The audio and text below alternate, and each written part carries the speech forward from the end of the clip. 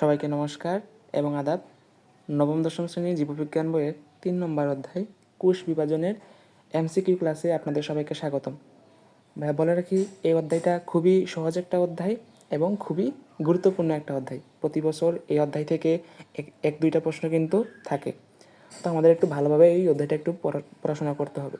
তো আমরা শুরু করি। আমাদের আজকের প্রথম টপিক হইতেছে মাইটোসিস, কোষ বিভাজন। আমাদের কোষ বিভাজন হইতেছে 3 ধরনের। একটা হইতেছে মাইটোসিস, একটা অ্যামাইটোসিস, একটা হইতেছে মিওসিস, তাই না? আচ্ছা, এই যে অ্যামাইটোসিস কোষ বিভাজনটা নিম্ন শ্রেণীর জীবের ক্ষেত্রে হয়ে থাকে। আচ্ছা, আমরা আলোচনা করবো, সমস্যা নাই। তো প্রশ্ন কি বলছে দেখো, মাইটোসিসের কোন ধাপে নিউক্লিয়ার মেমব্রেন ও নিউক্লিওলাসের পূর্ণ বিলুপ্তি ঘটে? ভাইয়া দেখো, প্রথমেই বলে রাখি, এই যে অধ্যায়টা, এই অধ্যায়ের কিছু নির্দিষ্ট অংশ আছে, এখান থেকেই তোমাদের প্রশ্নগুলো বেশি চলে আসে, ঠিক আছে? তো সেই নির্দিষ্ট অংশটা কি ভাইয়া? এই যে দেখো, তোমাদের এখানে একটা ছক দিয়ে দেওয়া আছে। এই ছকটা কিসের উপর ভাইয়া? এই যে মাইটোসিস কোষ বিভাজনের যে 5টা যে ধাপ আছে, এই যে prophase, prometaphase, metaphase, anaphase, telophase, এই 5টা পর্যায়ে কী ঘটে, এগুলো থেকে তোমাদের বেশি প্রশ্ন আসে, ঠিক আছে? তো দেখো, এখানে প্রশ্নটা আমাদের কী ছিল? আমাদের প্রশ্নটা হইতেছে এখন কী ছিল হইতেছে মাইটোসিস কোষ বিভাজনে নিউক্লিয়ার মেমব্রেন ও নিউক্লিওলাসের পূর্ণ বিলুপ্তি ঘটে কোথায়? এই যে দেখো, মেটাফেজের শেষের অংশ দেখো, নিউক্লিয়ার মেমব্রেন ও নিউক্লিওলাসের সম্পূর্ণ বিলুপ্তি ঘটে। এটা কোথায় ঘটে? এটা হইতেছে মেটাফেজ ধাপে ঘটে। তোমরাই বলো আনসার কোনটা হবে? আনসার হবে হইতেছে কোনটা হবে? মেটাফেজ। আনসার হবে মেটাফেজ, ঠিক আছে? আচ্ছা, এখন দেখো, আমি যদি বলি, এই যে নিউক্লিয়ার মেমব্রেন ও নিউক্লিওলাসের বিলুপ্তিটা ঘটা শুরু করে কোথা থেকে? ঘটা শুরু করে হইতেছে এই যে প্রোফেজ ধাপ থেকে। এই যে প্রোফেজ ধাপ থেকে ঘটা শুরু করা হইতেছে প্রোফেজ ধাপ থেকে। আরেকটা শিখি। আচ্ছা, এখানে দেওয়া নাই, দেখো আরেকটা হইতেছে কোথায় নিউক্লিয়ার মেমব্রেন ও নিউক্লিওলাসের পুনরাবির্ভাব ঘটে। এরকম প্রশ্ন আসতে পারে। এরকম আসলে কোনটা হবে? এটা হবে হইতেছে টেলোফেজ।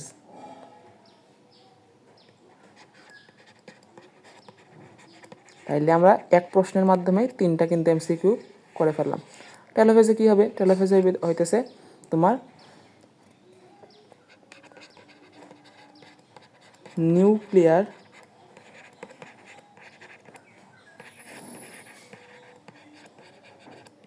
মেমব্রেন ও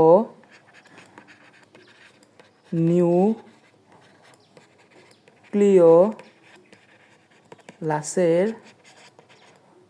পুনরাবির্ভাব, ঠিক আছে? এটা একটু মনে রাখতে হবে। তাহলে দেখো, 3 ধরনের প্রশ্ন কিন্তু আসতে পারে। আচ্ছা, পরবর্তী প্রশ্নে যাই। কি বলছে দেখো, কোষ বিভাজনের কোন পর্যায়ে কোষঝিল্লি পুনরায় আবির্ভূত হয়? কোষঝিল্লি মানে কি? এই যে নিউক্লিয়ার এনভেলপ, এটা বোঝানো হয়েছে। এটা কোথায় আবির্ভূত হয় ভাইয়া? এটা হচ্ছে টেলোফেজ পর্যায়ে। এখন যেটা বললাম, টেলোফেজ পর্যায়ে। আচ্ছা, এরপরে দেখো, আচ্ছা আমরা এখানে আরও কিছু শিখি। বাকি অপশনগুলো আমরা একটু দেখার চেষ্টা করি। দেখো, এই যে মেটাফেজ ধাপে, এখান থেকে কি মনে রাখবা? এখান থেকে মনে রাখবা যে মেটাফেজ ধাপে কী হয়? ক্রোমোজোমগুলা, এই যে ক্রোমোজোমগুলো সর্বাধিক মোটা ও খাটো, দেখায়, ঠিক আছে? আচ্ছা, পরবর্তী প্রশ্নে যাই। কি বলছে দেখো, কোষ বিভাজনের কোন ধাপে পানি হ্রাস পায়? পানি হ্রাস পায় হইতেছে প্রোফেজ ধাপে। ঠিক আছে? এখন যদি প্রশ্ন বলে কোষ বিভাজনের কোন ধাপে পানি যোজন ঘটে? তো পানি যোজন বললে কোনটা হবে? পানি যোজন বললে হবে টেলোফেজ। এখানে হইতেছে পানি যোগ হয়, এরকম মনে, যোজন। পানি যোজন ঘটে বললে হবে তোমার টেলোফেজ। বোঝা গেল? আচ্ছা, এই যে দেখো, এই যে প্রোমেটাফেজ, এই প্রোমেটাফেজে নিয়ে কী বলবো ভাইয়া? প্রোমেটাফেজ নিয়ে বলবো হইতেছে এখানে কি হয় তোমার, কি বলতে চাই, স্পিন্ডল যন্ত্র সৃষ্টি হয়। এটা মনে রাখবা, স্পিন্ডল যন্ত্র সৃষ্টি। বোঝা গেল? স্পিন্ডল যন্ত্র সৃষ্টি হয়। তাহলে এই ডাটাগুলো আমরা মনে রাখবো, একটু কষ্ট করে হলেও মনে রাখবো, কারণ এগুলো প্রত্যেকটা কিন্তু এমসিকিউ। মাইটোসিসের কোন ধাপে স্পিন্ডল তন্তু সৃষ্টি হয়? এই একটু আগে তো বলেছি তোমাদের, প্রোমেটাফেজ ধাপে। স্পিন্ডল তন্তু সৃষ্টি হয় কোথায়? প্রোমেটাফেজ ধাপে। ঠিক আছে, আচ্ছা পরবর্তী প্রশ্নে যাই। সেন্ট্রোমিয়ারের বিভাজন শুরু হয় কোন ধাপে? সেন্ট্রোমিয়ারের বিভাজন শুরু হয় কোন ধাপে? দেখো এই যে সেন্ট্রোমিয়ারটা বিভাজিত হয় কোন ধাপে? এটা হইতেছে তোমার কোন ধাপে? এটা হইতেছে মেটাফেজ ধাপে। মেটাফেজ ধাপে, ঠিক আছে। আর যদি তোমাকে বলে অপত্য কোষ বা অবশ্যই অপত্য কোষ না, অপত্য ক্রোমোজোম। অপত্য ক্রোমোজোম সৃষ্টি হয় কোথায়? এই যে অ্যানাফেজ ধাপে। অপত্য ক্রোমোজোম সৃষ্টি হয় কোথায় ভাইয়া? এই যে অ্যানাফেজ ধাপে। ঠিক আছে, আচ্ছা পরবর্তী প্রশ্নে যাই। কি বলছে দেখো, ভি আকার ধারণকারী ক্রোমোজোমগুলোকে কি বলে? ভি আকার ধারণকারী ক্রোমোজোমগুলোকে কি বলে? দেখো আজ ক্রোমোজোমের যে আকারের উপর ভি আছে, এল আছে, জে আছে, আই আছে, তাই না? এখন ভি হইলে তাকে কি বলে? তাকে বলা হইতেছে মেটাসেন্ট্রিক। মেটাসেন্ট্রিক। আর এল হইলে তাকে কি বলে? তাকে বলা হইতেছে সাব মেটাসেন্ট্রিক। সবগুলো কিন্তু তোমাদের বইয়ে দেওয়া আছে, সাব মেটাসেন্ট্রিক। এরপরে যদি জে হয় তাকে কি বলে? তাকে বলা হয় হইতেছে অ্যাক্রোসেন্ট্রিক। অ্যাক্রোসেন্ট্রিক। আর যদি আই হয় তাকে কি বলে? তাকে বলা হইতেছে টেলোসেন্ট্রিক। এই নামগুলো কিন্তু খুবই গুরুত্বপূর্ণ।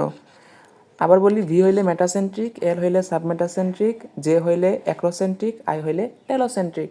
তো আমাকে কি বলছে? আমাকে বলছে যে ভি আকার ধারণকারী। তো ভি হইলে কোনটা হবে? মেটাসেন্ট্রিক। ভি হলে হবে এই যে খ নম্বর মেটাসেন্ট্রিক। পরবর্তী প্রশ্নে যাই। কোন পর্যায়ে ক্রোমোজোমগুলো বিপরীত মেরুর দিকে সরে যেতে থাকে? কোন পর্যায়ে ক্রোমোজোমগুলো বিপরীত মেরুর দিকে সরে যেতে থাকে? ভাই দেখো তো, এই যে দেখো, এই যে এটা যদি আমার যদি ক্রোমোজোমটা কীগুলো হয়, এখানে কি হয় জাস্ট একটু দেখাই তোমাদের বোঝার জন্য। শুধু দেখো এরকম একটা থাকে, এখানে কি হয়? তার ক্রোমোজোমগুলো এভাবে হয় না? আচ্ছা আরেকটা কালার দিয়ে দেখাই, তাহলে বুঝতে সুবিধা হবে। এই যে সেন্ট্রোমিয়ার,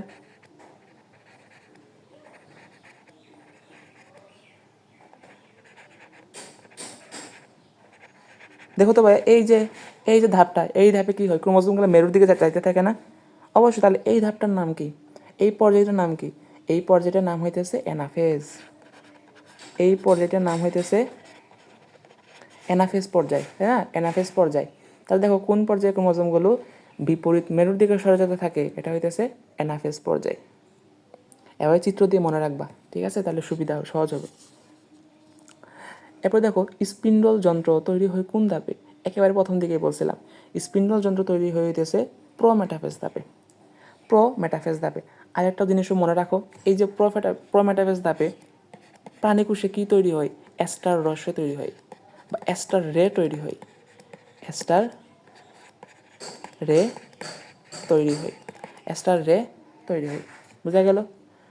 আচ্ছা পরবর্তী প্রশ্নে যাই। কি বলছে দেখো, নিয়ন্ত্রণহীন কোষ বিভাজনের ফল কোনটি? নিয়ন্ত্রণহীন কোষ বিভাজনের ফল কোনটা? দেখো আমাদের যে মাইটোসিস যে কোষ বিভাজন, এই মাইটোসিস কোষ বিভাজনটা কী ভাইয়া? এই যে 2n মাতৃকোষ থেকে কি হবে? 2টা অপত্য কোষ সৃষ্টি হবে সম, এই অপত্য কোষের ক্রোমোজোম সংখ্যা মাতৃকোষের ক্রোমোজোম সংখ্যা সমান হবে, তাই না? তো এটা হইতেছে আমাদের মাইটোসিস। এই যে ধাপটা, এটা হইতেছে মাইটোসিস ধাপ, তাই না? কিন্তু দেখো মনে করো এই হইতেছে আমার এখন মাতৃকোষ, এখান থেকে মনে করো এই যে 2n, এই যে 2n, ঠিক আছে? এটা হইতেছে স্বাভাবিক। কিন্তু এরকমটা না হয়ে এখান থেকে আমার আরও 2n সৃষ্টি হইলো, আরও 2n সৃষ্টি হলো। তো এটা কি ভাই? এটা কিন্তু নিয়ন্ত্রণহীন হয়ে গেছে, তাই না? এটা কিন্তু অনিয়মিত হয়ে গেছে। তো এর কারণে কি হয়? এর কারণে টিউমার বা ক্যান্সার সৃষ্টি হয়। এর কারণে কি হয়? এর কারণে হইতেছে টিউমার বা ক্যান্সার। টিউমার বা ক্যান্সার, ঠিক আছে? দেখো কোথায় আছে, দেখো ক্যান্সার বা টিউমার কোথায় তো দেওয়া নাই। আচ্ছা তাহলে দেখো এই যে টিউমার, এই টিউমারের আরেকটা নাম আছে, সেটাকে কি বলা হয়? অর্বুদ। ঠিক আছে, তাহলে আনসার কোনটা হবে? এই যে এটা ক নম্বরটা। আশা করি তোমাদের বুঝতে পারছি। পরবর্তী প্রশ্নে যাই। কি বলছে দেখো, কোষ বিভাজনের কোন পর্যায়ে ক্রোমোজোমগুলো বিষুবীয় অঞ্চলে অবস্থান করে? বিষুবীয় অঞ্চলে কোথায় অবস্থান করে? এই দেখো,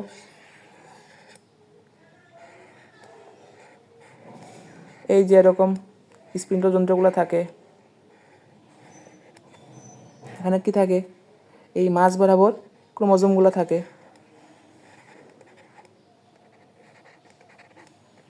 তাই না? তো এটা কি? এই যে এই প্রান্তটা হইতেছে তোমার মেরু অঞ্চল, এই যে এটাও কি?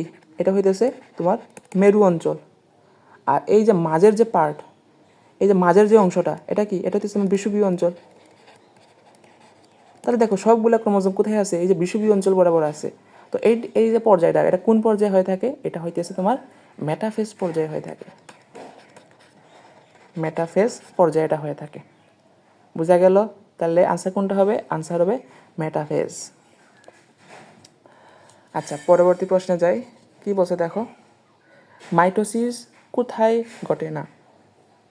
মাইটোসিস কোথায় ঘটে না? দেখো, মূল ও কাণ্ডের অগ্রভাগে, হ্যাঁ, মূল ও কাণ্ডের অগ্রভাগে কিন্তু ঘটে। পাতার বর্ধনশীল অংশে ঘটে, পানির যকৃত কোষে এখানেও ঘটে। প্রাণীর স্নায়ুকোষ না, প্রাণীর স্নায়ুকোষে কিন্তু ঘটে না, প্রাণীর স্নায়ুকোষে কিন্তু ঘটে না। তাইলে আমরা একটা নোট লিখি। নোট, দেখো, স্নায়ুকোষ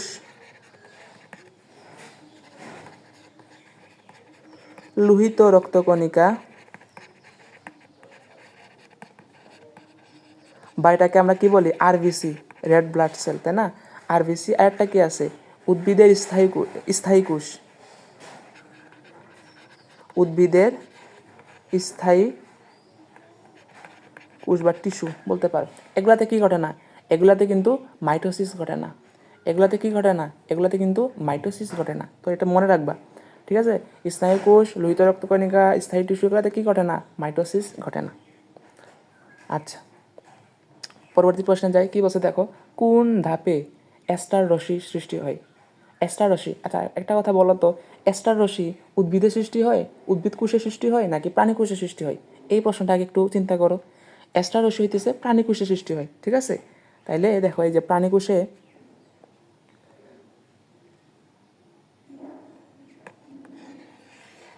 এই দেখো প্রাণী কোষের ক্ষেত্রে ভাইয়া, এই যে উপরের দিকে, এই যে উপরের দিকে এরকম একটা সেন্ট্রিওল থাকে, তাই না? এই কোনায় দেখো এরকম একটা সেন্ট্রিওল থাকে, প্রোমেটাফেজ। এটা কোন পর্যায়টা বলতেছি? প্রোমেটাফেজ। তোমাদের বইয়ে দেখো এই চিত্রগুলো কিন্তু দেওয়া আছে। এই যে প্রোমেটাফেজ ধাপে পর্যায়ে, এই দেখো উপরে একটা সেন্ট্রিওল আছে। এই সেন্ট্রিওলের মধ্যে থেকে কি হয় ভাইয়া? এই সেন্ট্রিওল থেকে কিছু এস্টার রশ্মি দেখো এরকম এরকম দেওয়া আছে, ঠিক আছে? এগুলো এস্টার রশ্মি। তো এগুলা কি বলতেছি? এগুলা বলতেছি এস্টার রে। এগুলাকে বলতেছি আমি এস্টার রে। এগুলো কোথায় সৃষ্টি হয়? এই যে প্রোমেটাফেজে সৃষ্টি হয়। কোন অঙ্গ এস্টার রে তৈরি করে? সেন্ট্রিওল। এই যেটার নাম কি? এটার নাম হইতেছে সেন্ট্রিওল।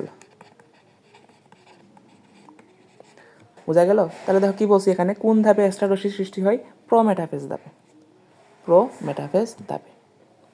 পরবর্তী প্রশ্নে যাই। কি বলছে দেখো, কোন প্রক্রিয়ায় নিউক্লিয়াসের বিভাজন ঘটে? কোন প্রক্রিয়ায় নিউক্লিয়াসের বিভাজন ঘটে? তাহলে দেখো আমরা এখন দুইটা নাম শিখব। একটা হইতেছে ক্যারিওকাইনেসিস, ক্যারিওকাইনেসিস। এখন ক্যারিওকাইনেসিস মানে কি? ক্যারিওকাইনেসিস মানে হইতেছে নিউক্লিয়াসের বিভাজন। আচ্ছা, আরেকটা নাম শিখি, এটা হইতেছে সাইটোকাইনেসিস।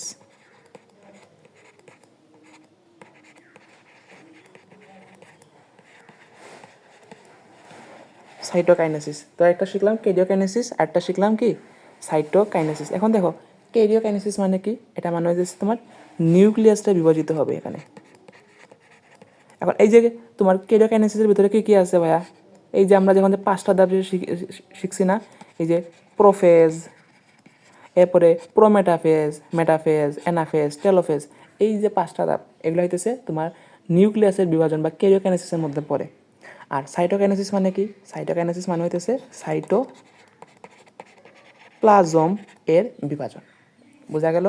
তাহলে আমার প্রশ্ন কি বলছে, কোন প্রক্রিয়ায় নিউক্লিয়াসের বিভাজন ঘটে? এই যে ক্যারিওকাইনেসিস। আর যদি বলতো কোন প্রক্রিয়ায় সাইটোপ্লাজম বিভাজন ঘটে, তাহলে হয়তো সাইটোকাইনেসিস। পরবর্তী প্রশ্নে যাই, কি বলছে দেখো, কোষ বিভাজনের কোন সময় কোন অঙ্গাণুটি এস্টার রশ্মি সৃষ্টি করে? একটু আগে বলছিলাম সেন্ট্রিওল কি করে, এস্টার রশ্মি সৃষ্টি করে কোন কোষে? প্রাণী কোষে। এই যে রাইবোজোম, এই রাইবোজোম কি করে? কোষে রাইবোজোমের কাজ কি? রাইবোজোমের কাজ হইতেছে প্রোটিন তৈরি করা, প্রোটিন তৈরি করা। লাইসোসোমের কাজ কি? লাইসোসোমের কাজ হইতেছে জীবাণু ভক্ষণ করা বা জীবাণু ধ্বংস করা, জীবাণু ধ্বংস করা। কোন প্রক্রিয়ায়? ফেগোসাইটোসিস প্রক্রিয়ায়। ঠিক আছে, নামগুলো একটু মনে রাখলে ভালো। মাইটোকন্ড্রিয়া, এটা কাজ কি? কোষে শক্তি তৈরি করা। এ কারণে মাইটোকন্ড্রিয়াকে কি কি বলা হয়? কোষের পাওয়ার হাউস বলা হয়, পাওয়ার হাউস বলা হয়, তাই না? আচ্ছা, পরবর্তী প্রশ্নে যাই, কি বলছে দেখো, জীবের ক্ষতস্থান ও ক্ষয়পূরণে অপরিহার্য কোনটি? জীবের ক্ষতস্থান ও ক্ষয়পূরণে অপরিহার্য হইতেছে মাইটোসিস কোষ বিভাজন, মাইটোসিস কোষ বিভাজন। পরবর্তী প্রশ্নে যাই, কি বলছে দেখো, চিত্রে মাইটোসিস কোষ বিভাজনের কোন পর্যায়ে? দেখো ভাইয়া, এই চিত্র থেকে কিন্তু আমাদের প্রশ্ন কিন্তু আসতে পারে, ঠিক আছে? তো দেখো এই যে চিত্রটা দেখো, আমি তোমাদের দেখাইছিলাম একটু আগেই, চিত্রটা একটু দেখাই। এই যে দেখো, এই যে চিত্রটা, এটা কোনটা বলছিলাম? অ্যানাফেজ। কারণ কেন? এখানে এই যে ক্রোমোজোমগুলো, অপত্য ক্রোমোজোমগুলো মেরুর দিকে যাইতে থাকে। তাহলে বলো, এই যে আমার যে চিত্রটা দেওয়া আছে, এটা কোন পর্যায়ে? এটা হইতেছে অ্যানাফেজ পর্যায়ে, এটা হইতেছে অ্যানাফেজ পর্যায়ে। গ নম্বরটা হবে আনসার। বোঝা গেল? তো দেখো এখানে তোমাকে কিছু প্র্যাকটিস দেওয়া আছে।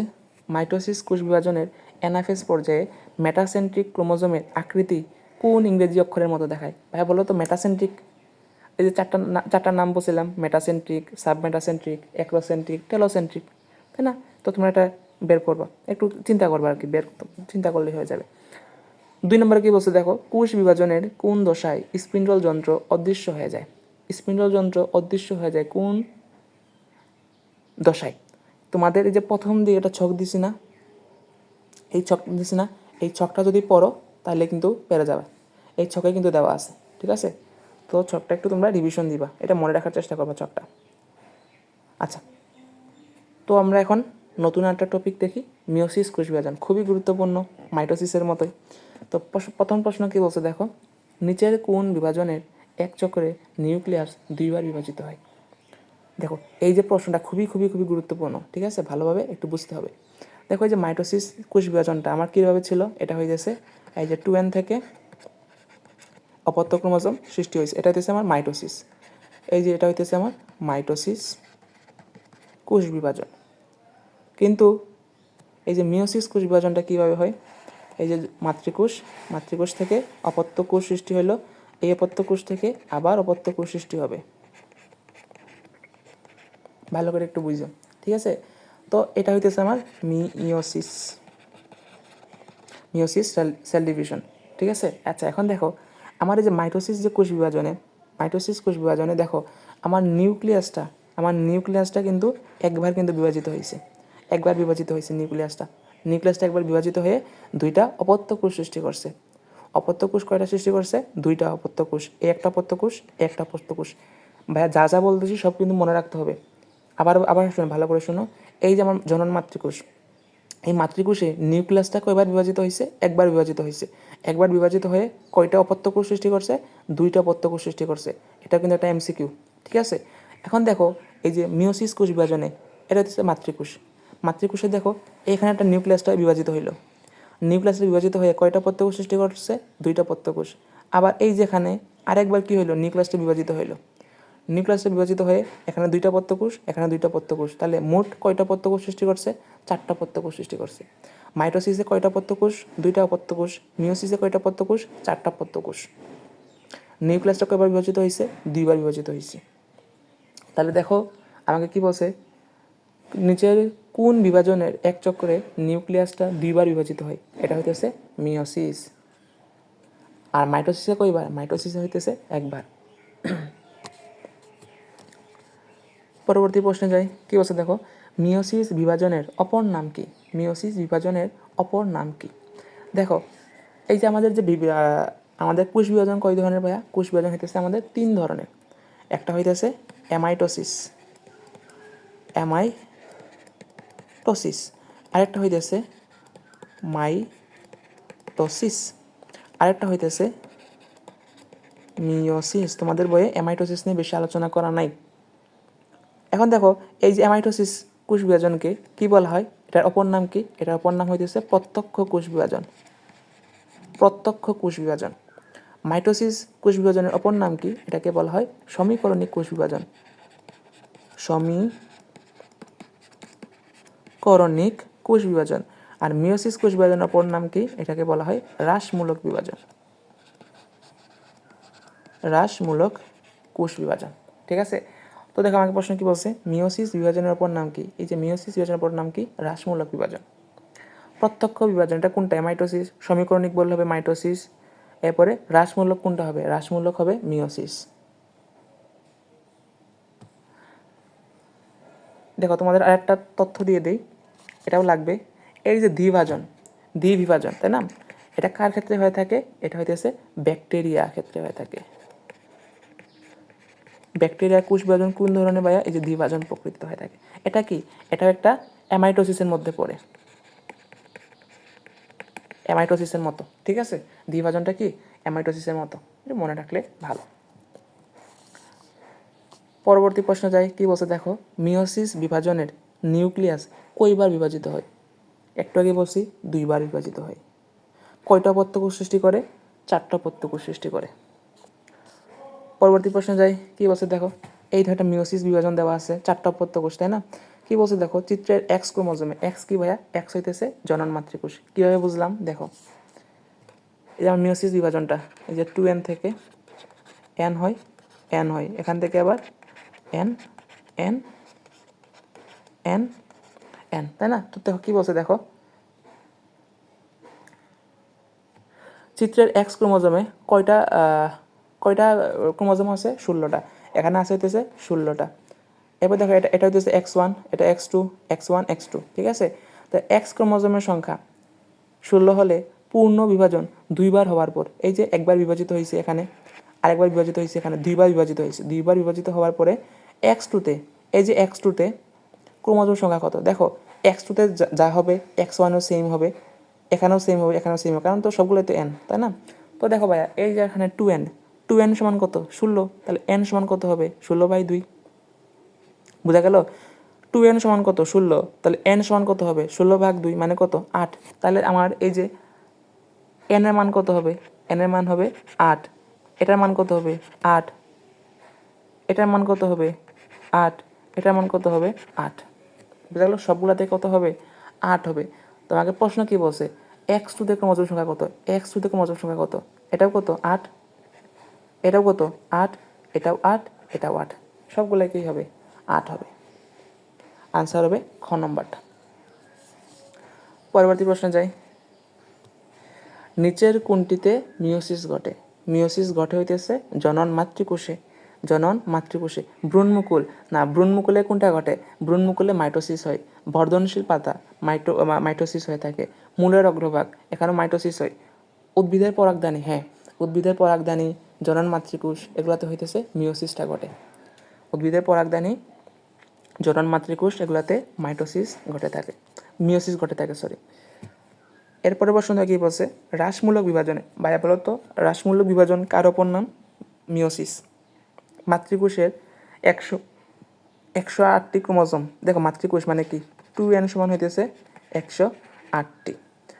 অপত্য কোষ মানে কি, n এর মান কয়টি ক্রোমোজোম উৎপন্ন করবে? দেখো তাহলে 2n সমান যদি 108 হয়, তাহলে n সমান কত হবে? 108/2 করলে কত হয়? 54। তাইলে অপত্য কোষে কয়টি ক্রোমোজোম থাকবে? 54টি করে ক্রোমোজোম থাকবে। কোথায় আছে দেখো, এই যে দেখো ঘ নম্বরে কিন্তু 54 দেওয়া আছে। পরবর্তী প্রশ্ন যাই, কি বলছে দেখো, মিওসিস কোষ বিভাজনের মাধ্যমে কোনটি ঘটে? জীবের ক্ষতস্থান পূরণ, এটা মাইটোসিস। জীবের ক্ষতস্থান পূরণ, এটা কি? মাইটোসিসের বৈশিষ্ট্য।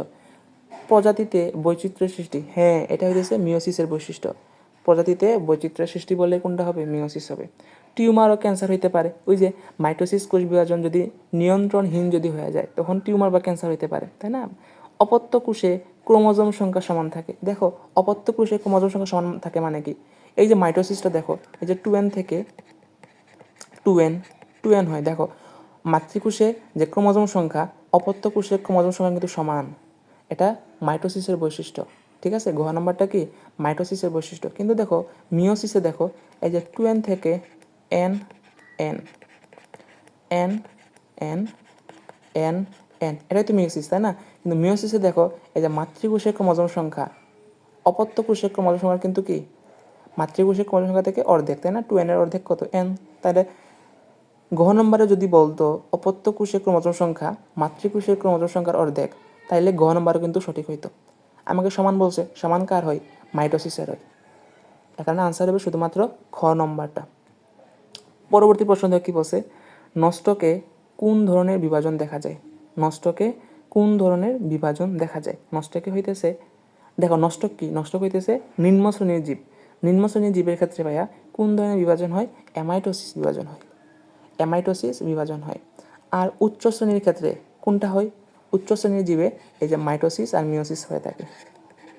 উচ্চ শ্রেণীর জীবের ক্ষেত্রে তোমার মাইটোসিস আর মিওসিসটা হয়ে থাকে। পরবর্তী প্রশ্ন কী বলছে দেখো, মিওসিস কোষ বিভাজনের দ্বিতীয় বিভাজনটি কোনটির অনুরূপ? দেখো মিওসিস কোষ বিভাজন এই যে 2n, এখান থেকে n, এখান থেকে n, এখান থেকে আবার n, এখান থেকে আবার n, এখান থেকে n, এখান থেকে n, এটা হচ্ছে মিওসিস। আর মাইটোসিসটা একটু লেখা রাখি, মাইটোসিসটাকে আমি সবুজ কালে দিয়ে লিখি। এই যে 2n থেকে 2n 2n, তাই না? দেখো এই যে দেখো মিওসিসের দেখো প্রথম যে নিউক্লিয়াসটা যে বিভাজিত হইল, এখানে কি হবে, তার যে মাতৃকোষের ক্রোমোজোম সংখ্যা এখানে কিন্তু অর্ধেক হয়ে গেছে। এ কারণেই অর্ধেক হয়ে গেছে না, এ কারণেই মিওসিস বিভাজনকে বলা হয় হ্রাসমূলক বিভাজন। কারণ কেন, ক্রোমোজোম সংখ্যা কিন্তু অর্ধেক হয়ে গেছে। অর্ধেক হয়ে যাওয়া মানে কি, কমে যাওয়া, হ্রাস পাওয়া। এ কারণেই মিওসিস কোষ বিভাজনকে বলা হয় হ্রাসমূলক বিভাজন। কিন্তু দেখো এই যে 2 নম্বর যে বিভাজন, এটাকে হলুদ কালার দিয়ে বুঝাই। এই যে দেখুন 2 নম্বর যে বিভাজন, এখান থেকে n সৃষ্টি হলো, এখান থেকে n সৃষ্টি হলো। এই যে 2 নম্বর ধাপে কিন্তু ক্রোমোজোম কিন্তু হ্রাস পায় নাই। ক্রোমোজোম দেখো এখানেও n আছে, এখানেও n আছে, এখানেও n আছে, এখানেও n আছে, এখানেও n আছে, এখানেও n আছে, হ্রাস কিন্তু পায় নাই। তাহলে এটা এটা কার বৈশিষ্ট্য? এই দেখো মাইটোসিসে দেখো তার মাতৃকোষের ক্রোমোজোম সংখ্যা অপত্য কোষের ক্রোমোজোম সংখ্যা কিন্তু সমান, তো সেম হইতেছে না 2 নম্বর ধাপে। এ কারণে মিওসিসের 2 নম্বর যে বিভাজন, নিউক্লিয়াসের যে 2 নম্বর যে বিভাজন, এটা হইতেছে মাইটোসিসের অনুরূপ। এটা হইতেছে মাইটোসিসের অনুরূপ। বোঝা গেল? এটা হইতেছে মাইটোসিসের অনুরূপ। আচ্ছা, পরবর্তী প্রশ্নে যাই, কি বলছে দেখো, জনন কোষের সংখ্যা বৃদ্ধি পায় কোন বিভাজনের কারণে? দেখো জনন কোষগুলো কি হয় ভাইয়া? জনন কোষগুলো হ্যাপ্লয়েড হয় না? বানান হইলে জানি না, ঠিক আছে, একটু মানে বুঝলে হইলো। হ্যাপ্লয়েড মানে কি, একটা ক্রোমোজোম n থাকবে, তাই না? এখন দেখো ওই যে মিওসিস কোষ বিভাজন দেখো 2n থেকে আমার n হইলো, এখান থেকে আবার এই যে n হইলো, এখান থেকে আবার এই যে n হইলো, এটা হচ্ছে মিওসিস। দেখো আমার মিওসিস বিভাজনের মাধ্যমে একটা কোষ থেকে আমার কয়টা হ্যাপ্লয়েড কোষ সৃষ্টি হয়েছে? 4টা কিন্তু হ্যাপ্লয়েড কোষ সৃষ্টি হয়েছে। তার মানে কি 4টা জনন কোষ সৃষ্টি হয়েছে। তাহলে দেখো কি বলতে পারি, জনন কোষের সংখ্যা বৃদ্ধি পায় কোন বিভাজনের কারণে? এই যে মিওসিস বিভাজনের কারণে। আনসার হবে ক নম্বরটা। পরবর্তী প্রশ্নে যাই, মিওসিস কোষ বিভাজনে একটি অপত্য কোষে কয়টি ক্রোমোজোম থাকে? মিওসিস কোষ বিভাজনে একটি অপত্য কোষে কয়টি ক্রোমোজোম থাকে? দেখো 2n থেকে n n, এখান থেকে আবার n n n n। এখন দেখো মানুষের ক্ষেত্রে এই যে তার যে মাতৃকোষে, ঠিক আছে, কয়টা ক্রোমোজোম থাকে? মাতৃকোষে ক্রোমোজোম থাকে হইতেছে 46টা, 46। এটা আমরা আশা করি সবাই জানি, 46টা বা 23 জোড়া ক্রোমোজোম থাকে। এখন দেখো 2n মানে হইতেছে 46, তাহলে n সমান কত হবে? n সমান হবে 23, এখানেও হবে 23, এখানেও হবে 23, এখানেও হবে 23। বোঝা গেল? তাহলে অপত্য কোষে কয়টা করে ক্রোমোজোম থাকে? 23টা করে ক্রোমোজোম থাকে, 46-এর অর্ধেক 23 করে। তাহলে আনসার কোনটা হবে? আনসার হবে গ নম্বরটা। পরবর্তী প্রশ্নে যাই। কি বলছে দেখো, মিওসিস কোষ বিভাজনে কয়টি অপত্য কোষ সৃষ্টি হয়? এটা আগেও বলছি, আবারও দেখাই, সমস্যা নাই, কারণ এগুলো গুরুত্বপূর্ণ। 2n থেকে n n n n n n দেখো কয়টা অপত্য কোষ সৃষ্টি হইল? একটা, দুইটা, তিনটা, চারটা অপত্য কোষ সৃষ্টি হইল। আর মাইটোসিস বললে 2n থেকে 2n একটা, দুইটা, মাইটোসিস থেকে দুইটা অপত্য কোষ সৃষ্টি হয়। আমাকে মিওসিস বলছে, তাহলে আনসার কত হবে? আনসার হবে 4, গ নম্বরটা হবে আনসার।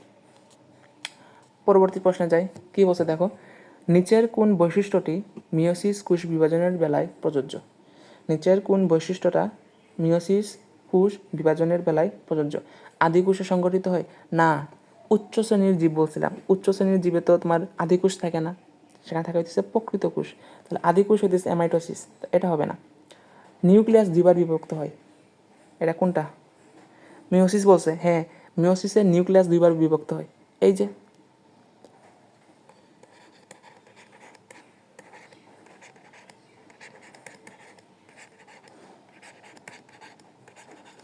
যেখানে একবার নিউক্লিয়াস বিভাজিত হলো, এখানে আবার নিউক্লিয়াসে বিভাজিত হলো, তাহলে দুইবারই কিন্তু বিভাজিত হয়।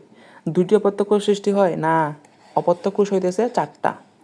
ক্রোমোজোম সংখ্যা মাতৃকোষের সমান না, ক্রোমোজোম সংখ্যা মাতৃকোষের অর্ধেক। বোঝা গেল? তার আনসার কোনটা হবে? শুধুমাত্র 2 নম্বরটাই সঠিক, বাকিগুলা কিন্তু হয়তো মিলতেছে না।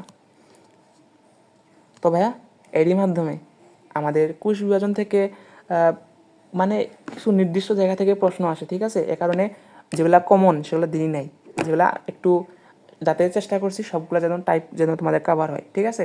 তবে এই যে প্রথম দিকে যে বললাম না, এই যে ছকটা, এই ছকটা কিন্তু খুবই খুবই খুবই গুরুত্বপূর্ণ, ঠিক আছে? এটা পারলেই তোমাদের কোষ বিভাজন থেকে 70 থেকে 80% প্রশ্ন কিন্তু এখান থেকেই আসে, ঠিক আছে? বাকিগুলো একটু বাইরে থেকে আসে, সেগুলো তোমাদের দেখাই দিলাম, সমস্যা নেই। তো ক্লাসটা কেমন লাগলো অবশ্যই জানাবা, পরবর্তী ক্লাসে দেখা হবে। ধন্যবাদ সবাইকে।